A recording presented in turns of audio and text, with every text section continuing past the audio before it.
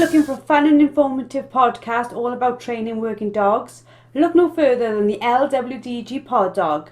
This weekly show is hosted by me, Joanne Perrott, founder of the Ladies Working Dog Group, and I chat to experienced trainers and experts in the field who will give you helpful tips and advice. Whether you're just getting started or you've been working dogs for years, this podcast will have something for you. So pull up a chair, pour yourself a cup of coffee and tune in to LWDG Pod Dog, and let us help you build a better bond with your best friend. Hello and welcome to LWDG Pod Dog. I hope you're all having a fantastic week. This week, our podcast is all about the perfection monster within us and overcoming the pressure of training gun dogs. Joining me for today's podcast is our LWDG mindset coach, Emma Liddell. How are you, Emma? I'm really good. It's quite exciting that we're streaming this live as well as recording it as a podcast, because I've never done this before. So it's interesting that we're talking about perfectionism and I'm doing this for the first time. So it's great. We are absolutely going into new territory with this, because normally the podcast is not a live thing. It's going out live at the moment. The date is the 2nd of March into our group called Let's Get Your Gun Dog Going, and that's fab, and this is nice for them to see, and they're going to see us getting it right and getting it wrong, and hopefully they'll enjoy the topic that we're talking about. So the idea of the topic came around because Emma and I were chatting about, I can't swear on this because we try to keep this a clean podcast, so instead of saying the naughty F word, we're going to call our perfection monster we're talking about tonight duckwit. So duckwit is like literally this sort of perfection monster that's within all of us. But before we talk about duckwit, the perfection monster, we want to talk about what are the 10 points of perfectionism that you think we're all going to recognize in ourselves? Okay, so this is a great one for me. So I am a self-confessed perfectionist, and there will be people listening now and on the podcast that will be waving their hands up going, pick me, pick me. And there's 10 things that I think if people who are sitting here listening, whether you're out walking your dog or driving somewhere or you're just listening live on Facebook now, again, just count them up in your head. I'm not going to ask you for the result. It's not a test. But the first one is all or nothing thinking. So if I've not succeeded at something, I am a failure, and there's no middle ground at all. Kind of consistently believing we have thoughts that we're not good enough. So I'm not working hard enough. I'm not achieving enough. I'm not clever enough. I'm not successful enough. I'm not pretty enough, whatever that might be. Spending excessive time on personal growth. So whether that is doing huge amounts of mindset stuff, hi over here, whether it's thinking about constantly, how can I improve myself? How can I be a better person? And I really want to stress the word excessive. It's not about, wanting to be a better person, but it's when actually that might eat into kind of some of the other parts of your life. Struggling to relax or switch off. So struggling to just let your mind settle and watch TV or something without suddenly thinking, oh God, the dusting needs doing, or why have I not done this? Or those kind of negative thoughts creeping into our head. Taking ages to finish things. So constantly checking stuff before it goes out. So that might be at work, rereading emails 15, 16, 17 times to make sure the wording is absolutely perfect. Or vice versa, procrastinating. So not doing anything because I'm scared that if I do something, I'm going to fail at it. So if I do send that email, someone's going to criticize me, or I want to get that bit of project work done, but actually if I do that, someone's going to laugh at me. Comparison to others, and I know we'll probably do a whole nother podcast or thing about that. That's a whole kind of new topic, but that idea of going, I'm not good enough compared to so-and-so, that's really prevalent in dog training, I see. Then thinking our self-worth is based on our achievements and performance, so a measurable thing rather than happiness. So again, it's about either being a certain weight or achieving a certain thing or earning a certain amount of money. It's generally to do with numbers, oddly, rather than just going, but am I happy? Am I enjoying it? Is that something I want to do? Rather than going, well, I need to be this goal weight, or I need to drink this amount of water per day, or whatever that might be. One of the last two, I would say, one is treating your friends in a different way to the way you treat yourself. So we're often a lot kinder to our friends than we would be ourselves. So we feel like we have a different rule. So it's like, oh, it's okay that they're struggling, but I can't. Or it's okay that that person is struggling with their dog and they're doing the best they can. But when it comes to me, that's not negotiable. I have to be perfect at this. And really the last one is the self-criticism. Like, how do I actually talk to myself? So if you were saying whatever the thoughts are in your head out loud, if you said that to your friend, would your friend be okay with that, or would that be a problem in your friendship? And if the answer is they'd probably look at you and go, wow, you're being really mean, then again, that's a sign of perfectionism. So those would be the 10 key signs. And I think the majority of us, if we're very honest, will resonate with at least a few. Yeah, if not all. Like, our friendship is literally based around, we are both like slightly maybe excessive around the personal development, and we love it, and we read and we discuss it at length and stuff like that. But we also have that perfectionism creeping into both of our dog training, and the pressure of training Gundogs to be perfect. It really affects us as trainers, doesn't it? Yeah, I agree. It's a really difficult thing. And I think comparison comes into that. If we think about even our group, we've got people there that have literally picked up their first ever dog, let alone it being a working dog. And then we'll have other people that will have had, you know, dogs for years, grown up with working dogs, have been around people that have trained dogs, are trainers themselves. And so that it can be so hard, because perfectionism is about expecting to do something right pretty much first go for a lot of us. And there are 3 different types of perfectionism, which I'll go into in a little bit. And it's important to know kind of where we are with that. But yeah, it absolutely translates into how we deal with our dogs on a day-to-day basis, and our expectations of ourselves and them when we're out working them. So we've got Duck with the perfection monster in all of us. I got to be really careful how I say that, because if I put it in the front of that one, we're done for. But the perfection monster, we've talked a little bit about where it manifests in dog training, but why is it important for us to recognize when the perfection monster is sort of taking over? So not about us doing a good job, but us being like ridiculously critical of ourselves. Yeah, it can be really detrimental to us. And there's loads of research out there which really shows that if we suffer from perfectionism, which is not a clinical condition, it's a trait that we have, it can lead to low self-worth, which can affect every area of our life, and certainly might prevent us from going out and trying new things.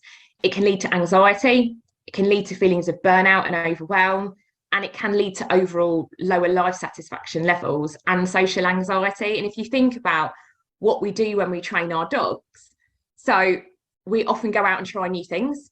We often might go and meet new groups of people. We might meet new trainers. We talk about consistency when we train our dogs.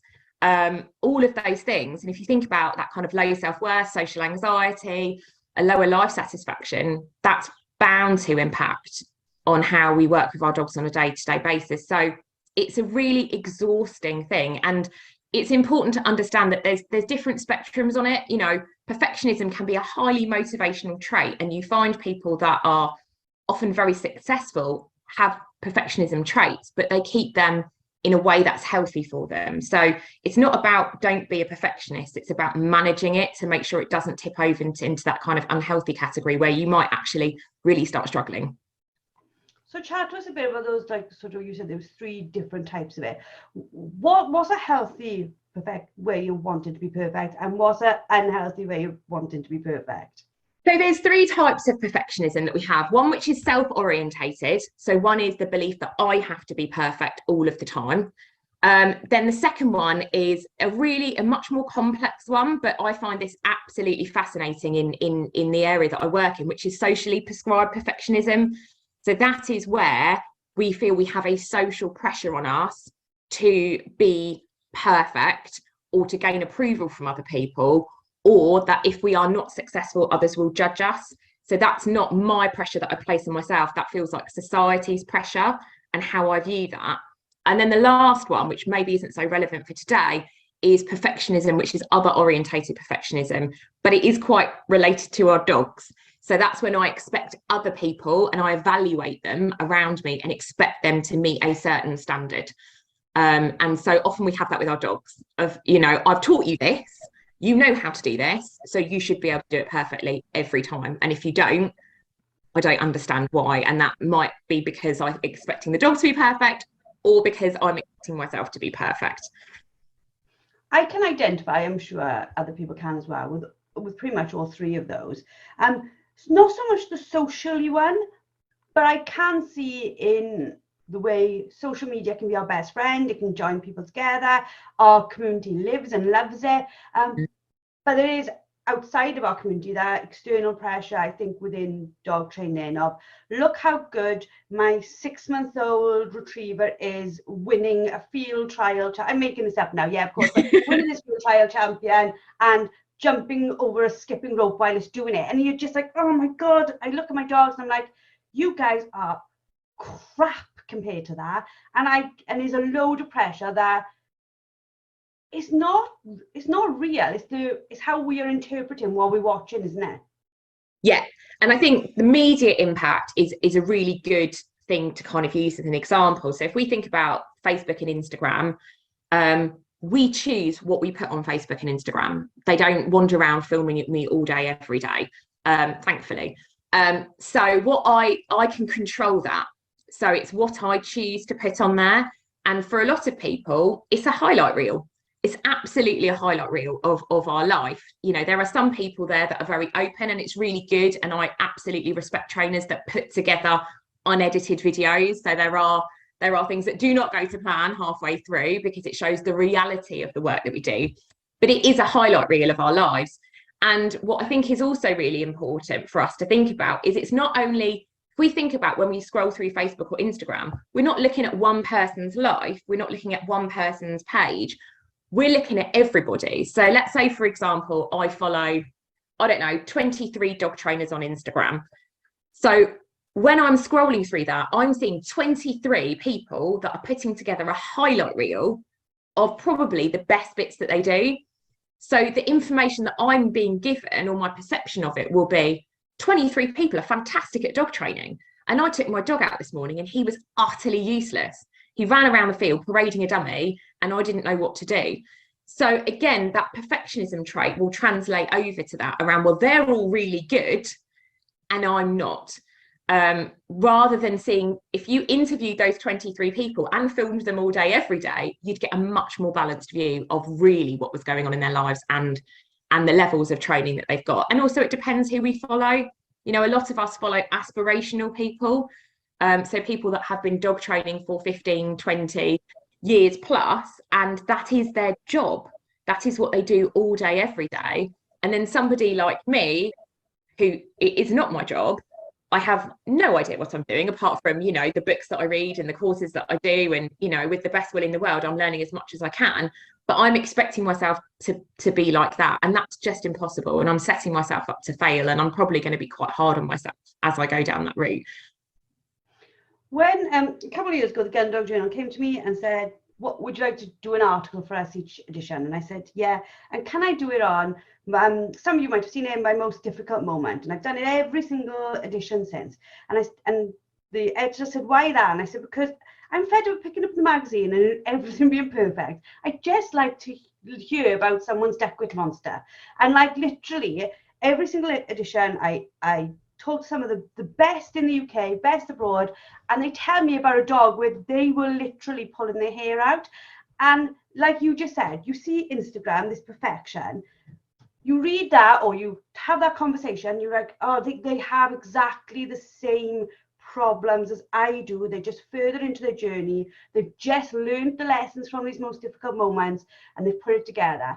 But do you think, with media giving us all these 23 people, like you said, doing perfectly, that then feeds into the other two types where you're going, I'm not good enough, and dog, you ain't good enough? Yeah, I think that's key. And I think we need to look almost underneath it. And so what happens when we think about perfectionism, the reason we have this need to be perfect is fundamentally coming from a place of fear. And if you think about, if you kind of bring that right back to do a little bit of psychology on it, is when we are afraid of something, it's because we don't feel safe and we feel that we're going to be rejected and we feel like we're going to be cast out. And if we go back to, our brains are still really, really primitive, and a huge part of ourselves is about keeping us alive. And if you think about our tribe, so if you think about the LWDG as a tribe of people with similar things, which I think is a great way of describing us, the fear of being rejected from our tribe is very real, because from a fundamental survival basis, if when I was younger, I was rejected from my tribe, I would die because I wouldn't be able to get food, warmth, or shelter. Now, although we know logically that's not going to happen, you know, if something, you know, if I do something and it doesn't go to plan and I feel rejected, I'm unlikely to die. Those same fear feelings still come up, and I bring that into my daily life. So that fear of rejection is so critical, and that's what holds us back from doing things. If I get rejected, I'm not going to try that, because what if I get it wrong? What if people laugh at me? What if I'm rejected? What if I bring up that problem and everyone goes, well, you should know how to do that by now? So that's where that perfectionism comes in, because if I'm perfect, that will never happen. But we also know that perfection is completely unattainable. It's completely unattainable. It's unrealistic. It's unattainable. There is no one out there, you know, even Mary Poppins, she's practically perfect in every way. No one is perfect. I love Mary Poppins. She rocks. But I love the idea and concept of us as a tribe. And I think what makes our tribe so strong is the fact that the only time you would ever get rejected from our tribe is if you were mean. That is our, like, it's probably our founding stone in the middle that says, don't be I won't use another swear word, be kind or scroll on or get out. They are like literally our rules, aren't they? But do you think that even though people hopefully in our group know that, it is that, like you said, that inner feeling of you still don't want to mess up in front of our tribe, even though you know our tribe won't ever judge you on it? Yeah. And I think that's such an inherent part of who we are as people, and that can also come from our background and our upbringing, because we were often measured by pass or fail, and whether that was through going to school and achieving a certain grade, whether that was whether we went to university, whether that was what job we did, whether that was how much money we earned, whether it's our relationships with our partners, it's still, there is a standard of expectation that we want people to meet. And if you are afraid of not meeting that standard, you are going to hold yourself back. And that's sometimes the hardest thing. And for me, is pretty much one of the reasons that I love doing the work that I do with you guys, because if it means that one woman is going to go and contact that trainer, is going to try that new thing, is going to book that course, is going to go and have a positive experience, it makes it all worthwhile. Because the more we do it, and I know we've spoken about laying down these strands before, the more we do it and we realise I'm not going to get rejected by my tribe, I am going to be supported. And actually, probably the reality is I'm going to have 100 women behind me going, I feel you, and I've been there, and I might not be there today, but I might be there tomorrow or next week, or I definitely was there 6 weeks ago. That's what binds us together. That's what binds us together. That's what gives us that strength of being able to go, actually, I feel safe to do this, and I don't have to be perfect. You know, I like to share like the experience of it, and many of you will know who know me well, and some of you might know, like in last August they found my brain tumor had gone back, and like literally since August I have literally been the worst Gundog trainer in the world, and I can put my hand up to that. But what I love is, even though we are a group about Gundog training, there's not been one person in this group when I've said my dog might as well be a pet spaniel, because it isn't seeing a dummy. Like what we've been at once, I think, that I managed since August, as in physically training for hours. I thoroughly enjoyed it, but it's just getting myself out there. But not one person in this group has gone, well, really, you should be the one out Gundog training, you know, this is your group. But do you think knowing that the people around you have got your back regardless just takes that pressure off? Do you know that this sort of perfection monster that may take over, it gives you the chance, if you know people have got your back, to not let it take over? Does that make sense? Yeah, completely. And the idea of you're not alone is so key when we feel vulnerable, when we feel like we're not getting things right. And, you know, Joe, there is nothing wrong with what you're doing with your dogs. They are loved, they are happy, they are healthy. You are not literally the world's worst gun dog trainer. You're a human, as we all are. And And I guess often when I work with clients, it's quite an interesting dynamic because they expect me as a therapist to be perfect. I have the answer to everything. My life is always, and that's completely untrue as well. And often, and I'm quite happy to share this story, is we have this belief that we look at other people, or we look at people that are older than us or who have more experience, and we think that they've got it sorted. So I remember acutely when I was like 14 years old, looking at 16-year-olds and going, when I get to that age, I'll know what I'm doing. Like I'll have it sorted. And then I got to 16 and realised I had no idea what was going on in life, and I was just winging it. But then I thought, when I get to 18, I'm an adult, and adults are grown up and mature and they know what they're doing. So I got to 18, none the wiser still, no clue. And then I thought, do you know what? University. When I go to university, because then I'm living away from home and I'm going to be an independent and I'll come out as a mature grown up. Well, anyone that knows me knows that didn't happen either. So 21, I was like, yeah, but then I'm getting into real life. I'm out of education now, so I get to be a proper grown up. And I laugh a lot about being a proper grown up. And again, I got to 21 and I have no idea what I'm doing at all. And I've been like that ever since. And it's about giving up that idea that at some point I will know what I'm doing. There will be dog trainers listening to this that will still go, I don't know everything. And thank God they do that, because then it means that they will be inquisitive and they will learn new things. None of us know what we're doing. We're just doing the best we can with what we've got. And one of the things that, and I'm quite happy, and I'm going to share this with God knows how many people listen to this podcast. And I say this to my clients as well. And they say, well, you're a professional therapist and, you know, you've got it all set up. And I say, yeah, I do, but I'm still a human. And sometimes when I'm tired and I'm overwhelmed and I don't have time to get something done, I will microwave a meal and I'll finish really late at work. And do you know what? I'll eat it in the bath. Like, happy to share that. And does that make me professional? Make up your own mind. It makes me a human.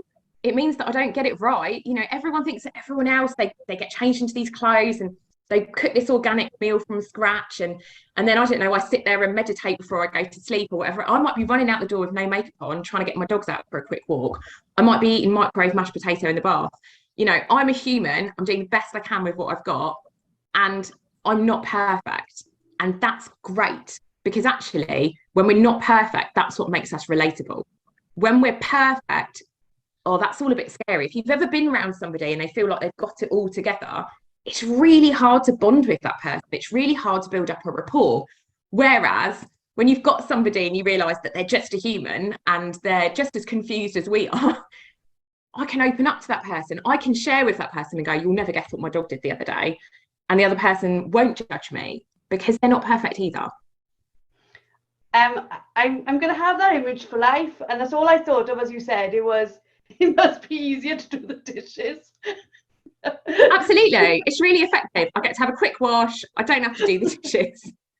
Oh, I love it. But that is an important thing. And do you know, we're laughing and joking now, and I love our chat. And I think that you've got to be able to laugh with dog training, haven't you? Because if you are trying to be too perfect, like you said at the beginning, it's going to lead to frustration and burnout. But it's, you know, I would put my hand up. There are times where I've been training where I've been so overwhelmed with other stuff in my life and so tired that the dog does one thing wrong and I'm like, oh my God, I absolutely hate you right now. And I don't hate the dog in anything, you know, my dog's in my life. I leave later to go with my mum on holiday, and I've gone through how to look after my dogs with my husband, who can perfectly look after my dogs, multiple times this morning, just to make sure he knows how to look after the dogs. And, you know, we love them to death. But when we are trying to get it so right, and we're not bringing some type of humor into it, some type of chill out fun into it, we're going to drive ourselves mad, aren't we? Yeah, we absolutely are. And I've had the same thing. And I would suggest, if we ever did a poll about how many of us have cried at some point through a training or at the end of a training session, I would expect it to be well up in the 80s. And I am one of those people where you just go, this is just not going right. And that largely is about our expectations. It's not about the dog. It's about our expectations. So when I turn up to a training session, I have a plan in my brain, and my expectation is my dog is going to do that plan. if I let go of that expectation, not let go of the plan is really key, otherwise we don't move forward. But if I let go of the expectation, I'm probably not going to be disappointed, and I'm going to be much kinder to myself and the dog. But we have all been there where we've sat there and we've just looked at the dog and gone, what are you doing? Like, why, at what point do you think that is a good idea? And the dog's looking at us, probably with their tongue hanging out with a ridiculously goofy expression on their face, thinking, I'm just really glad that I'm out with you. And we forget that. We forget that because my expectation is my dog's going to do X, Y, and Z, rather than I'm going to spend some really quality time with a little creature that I absolutely adore. And it would be great if it went to plan. It would be great if they did what I'm asking them to do.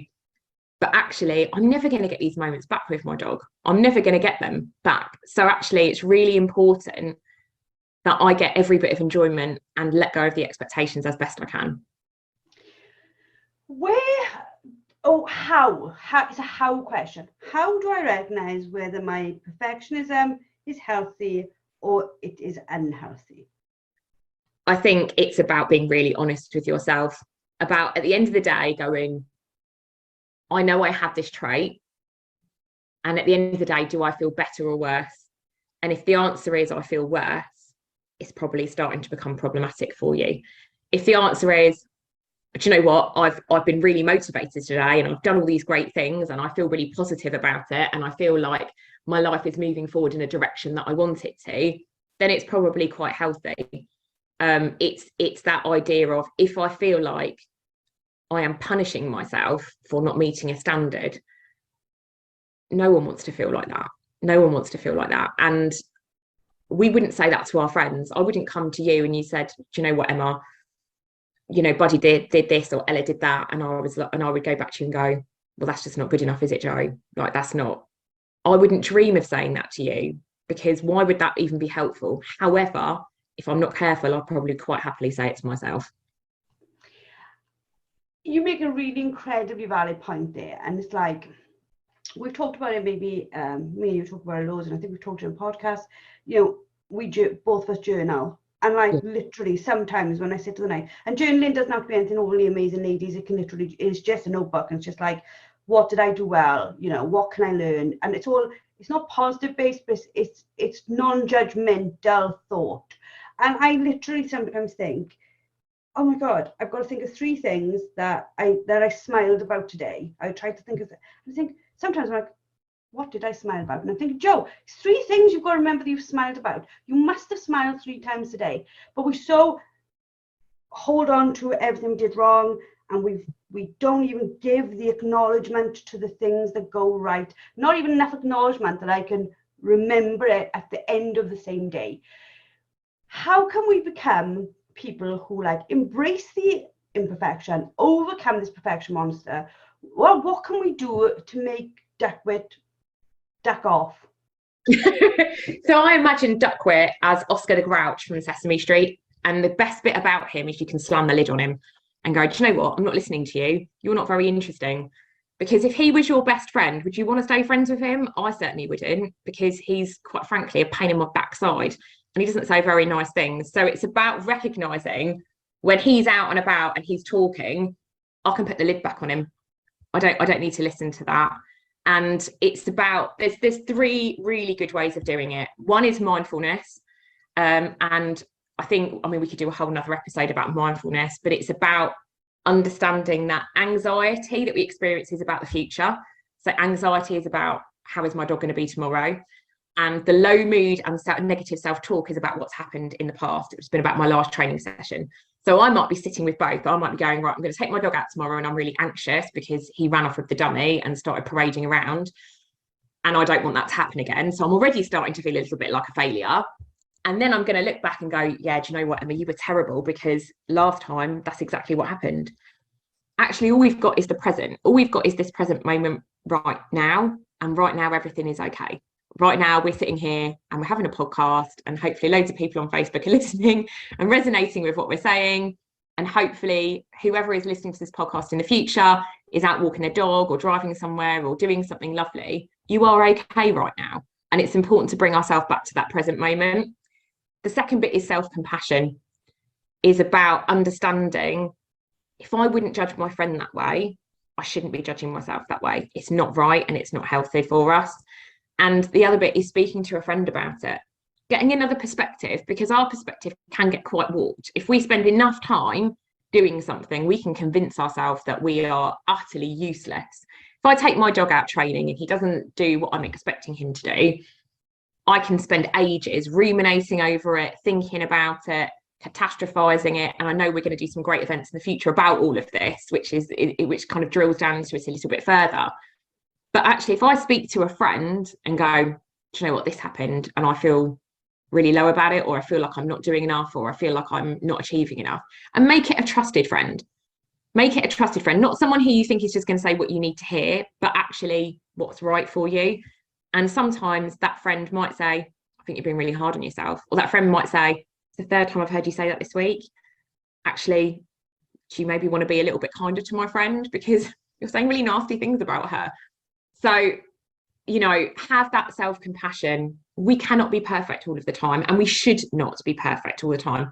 And remind yourself that imperfection makes us relatable. That's what binds us together. It's not our perfections. It's not the fact, you know, we're not a group of ladies that meet up every week or go into the dog and duck and we just show videos about how fantastic our dogs are. And everyone goes, yeah, you're brilliant, Emma. Joe, your dog's fantastic. And then we just basically pat each other all on the back. Actually, what makes the LWDG work and dog and duck and all those other great things is because we all come forward and talk about how not perfect we are and how things are not going to plan, and we support each other through that. That's what binds us together. I love, like, dog duck, ask us anything. I love when people share their problems and we love to help them. I would love for a few more to come on and say, I did well. Because I think one of the things that the women on the whole don't do, like even if I look at our Facebook groups, loads of people share their problems, everyone helps them, non-judgmental way. We have far less like little videos of somebody going, my dog just walked 10 steps to heel and I have worked the last year on that. And I'd love to see more of that, because we're not very good at sharing our wins, are we? No, we're quite happy to tell everyone else well done for theirs, but we're not very good with our own. And a really good example of that, going off topic, but it will make sense in a moment, is when someone compliments us on what we wear and someone goes, oh, that's a really nice dress. We go and go, oh, this old thing, I've had it 12 years and I bought it for 25p from a charity shop. I haven't asked you where you bought it from. I didn't ask how old it is. I just said it's really nice. And we really sometimes struggle without just going, thank you. Thank you. I really like this dress. That's it. We have to almost play it down or disqualify it, rather than going, do you know what? Exactly like you said, I got 10 steps forward and my dog was absolutely to heel. And that makes me feel like $1 million today, because I've been working on that for 6 months. And I just want to celebrate that. I just want to celebrate that, because I can guarantee you there will be hundreds of women behind you that want to celebrate that with you. They won't think that you're arrogant. They won't think you're self-centered. They will be really proud. And that's what I think is the important, or one of the important things to take away from this, is coping with perfectionism is about allowing yourself to not be perfect, but also encouraging yourself and showing to others that you're getting glimpses of great that you're super proud of, because that actually gives people, by sharing those things, when I see them shared in the group, I think what the person sharing doesn't realize is by sharing it, they inspired others to think, oh, they've done it, they've managed those 10 steps, I'm going to do it, I can get to 10, you know, and seeing the small victories as actually the really important victories, because the small victories over and over make the huge victories. Yeah, so that's the foundation, isn't it? That's the foundation. If we imagine we're building this beautiful house, if I'm building a beautiful house that is representative of my life, I'm not going to be sitting there thinking about what bedding and what chandeliers I want in my amazing property. I'm going to be thinking about the foundations. I'm going to be thinking about, really the underpinning of the house. Are the foundations deep enough? Are they solid enough? Are they made of the right quality? And those are those little wins. And those little wins then build up to be that amazing field trial champion, if that's what you want to do.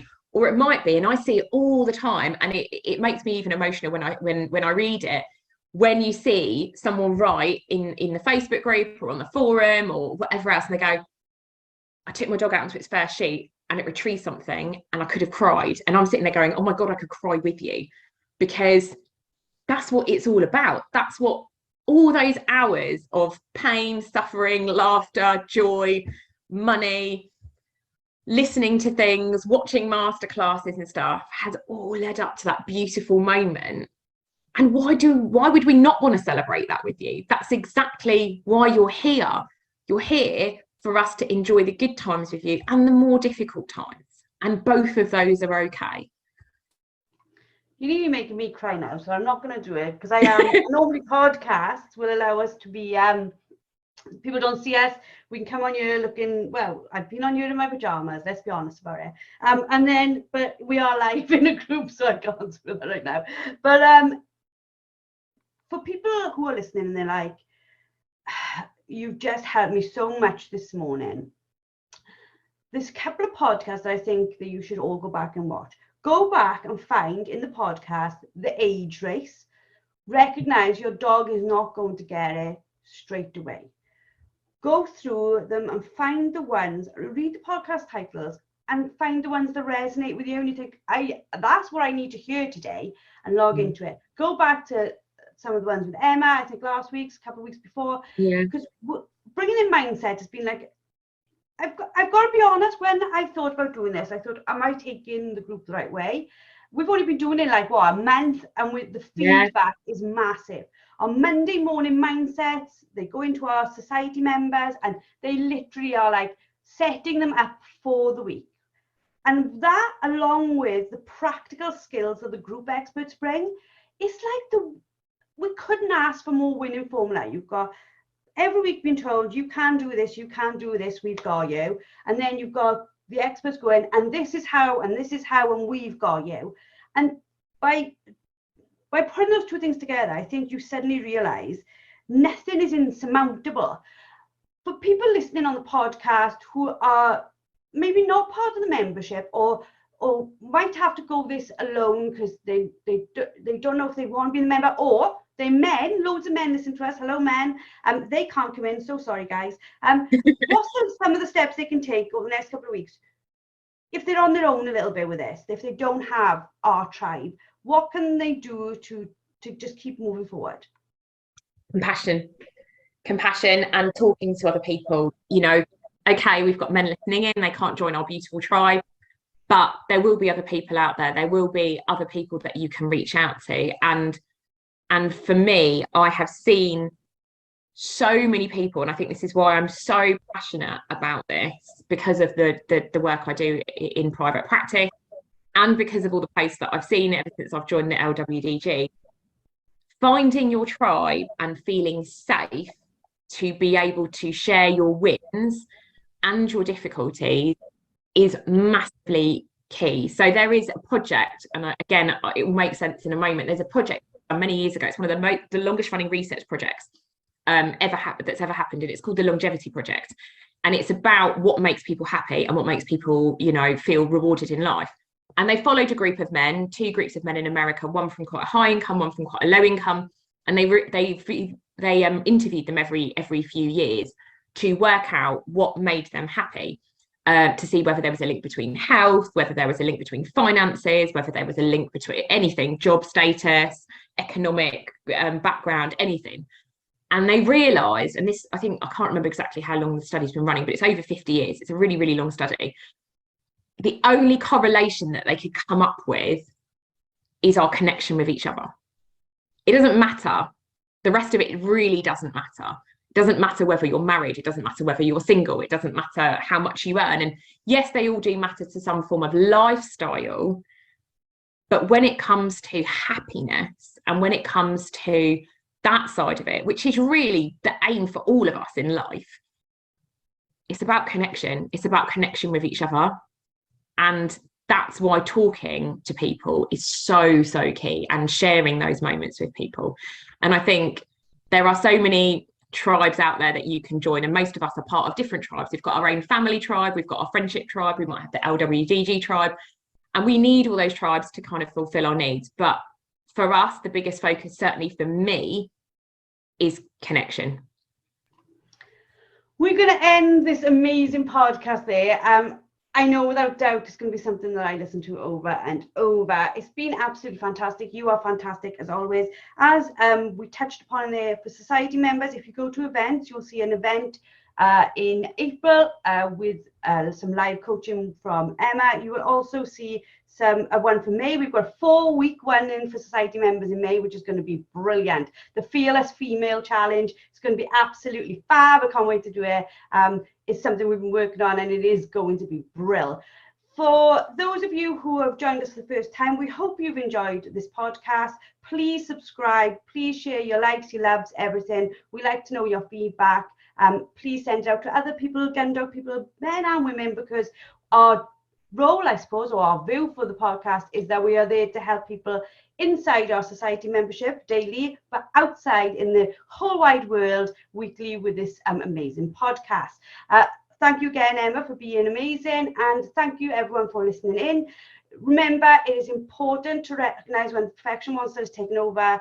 Take some steps to overcome it. Listen to Emma's advice, and we are here to encourage and support all women trainers, and I don't mean trainers in the professional trainers, we're there for them, of course, but you are all dog trainers. If you have a dog that you are training, you are a dog trainer. We are here for all of you to help you all with your working dogs, your gun dogs, whatever breed they are. There is no thing here where you have to have a specific dog, a specific type. We are here for everyone. So thank you all for joining us. Thank you all for those listening in on the podcast live. We hope you've loved it too, and I hope you've enjoyed this bonus session that we've popped in for you and sort of put myself and Emma into a outside of our comfort zone. Shall we do a podcast and live at the same time? And we shall see you all next week. Thank you, Emma. Thank you for listening to LWDG Pod Dog with me, Jo Parrott. Now, we all know training a dog takes time, energy and patience, but our lives can be really, really busy. Don't worry, the LWDG has got you covered. Join us for our free planning workshop where we'll show you how to use short 10-minute training sessions each day to fast forward your dog's education.